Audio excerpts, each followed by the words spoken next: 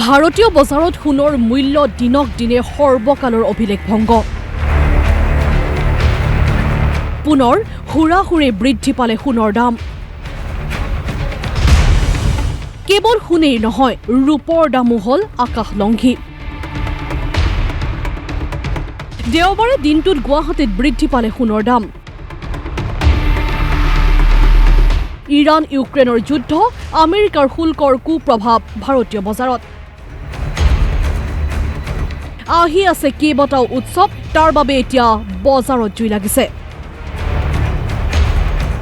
চাওক, লাষ্ট 25 ডেজৰ ভিতৰত সোণৰ দাম এপ্ৰক্স 20,000 মান বাঢ়ি গ'ল পাৰ 10 গ্ৰামছ, আৰু ফিউচাৰত আৰু বাঢ়িব। কিয় কি মেইন থিং হৈ গ'ল ভেনেজুৱেলা এটেক, সেইফালে ট্ৰাম্পৰ টেৰিফ, সেইফালে আমাৰ ৰাছিয়া আৰু ইউক্ৰেইন বাৰ চলি আছে।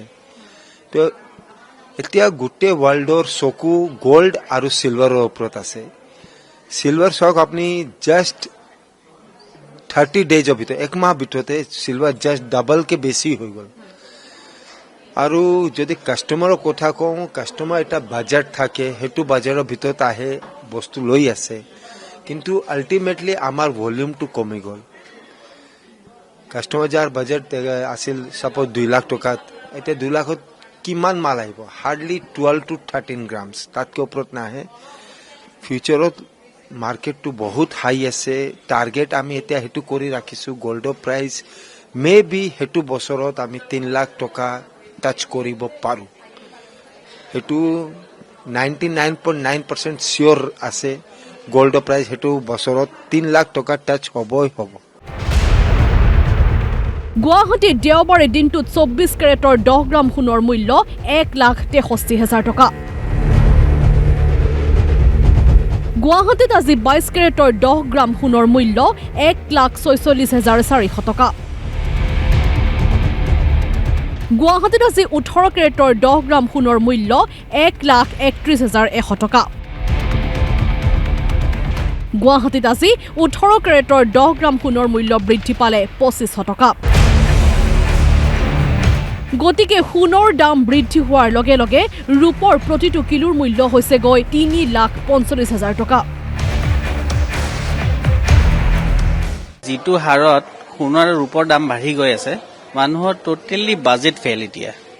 যিটো মানে আমাৰ 5 বছৰৰ এক্সপিৰিয়েঞ্চ চাব গ'লে এনেকুৱা হাৰত কেতিয়াও গ'ল্ড আৰু ৰূপ বৃদ্ধি হোৱা নাছিলে। এতিয়া আজি ডেটত লৈ লওক, আপুনি 24 কেৰেটৰ গ'ল্ডৰ প্ৰাইচ 10 গ্ৰামৰ 1,63,000 পাইছেহি, আৰু আপোনাৰ 22 কেৰেট পাইছে 1,48,600।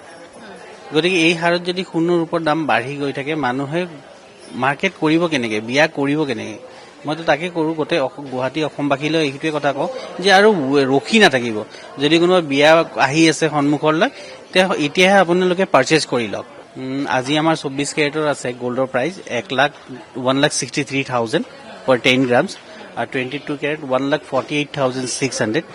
18 কেৰেট আহিছে আপোনাৰ 1,31,100, আৰু লগতে চিলভাৰ। মানুহে আগতে ৰূপৰ ইমান গুৰুত্ব নিদিছিল, এতিয়া বিশেষকৈ ৰূপত চবেই গুৰুত্ব দিয়া কৰিছে, কাৰণ যিটো প্ৰাইচ হৈছে এতিয়া আমাৰ ৰূপৰ প্ৰাইচ পাৰ কিলো আমাৰ 3,45,000 টকা। গতিকে ৰূপৰ যিটো দেখা গৈছে, এই ৰূপ যাই কিনে 5 লাখ টকামান পাবহি যায় কিনে কিলো। হয়,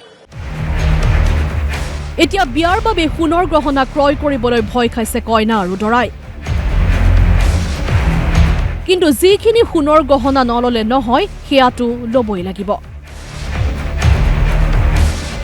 আচ্ছা, ভয়তো নহয়, বিয়াটো পাতিবই লাগিব আৰু কিনিবতো লাগিবই, উপায় নাই। যেনেকুৱাই যি দাম নহওক, তথাপিতো দামটো যথেষ্ট বাঢ়িছে।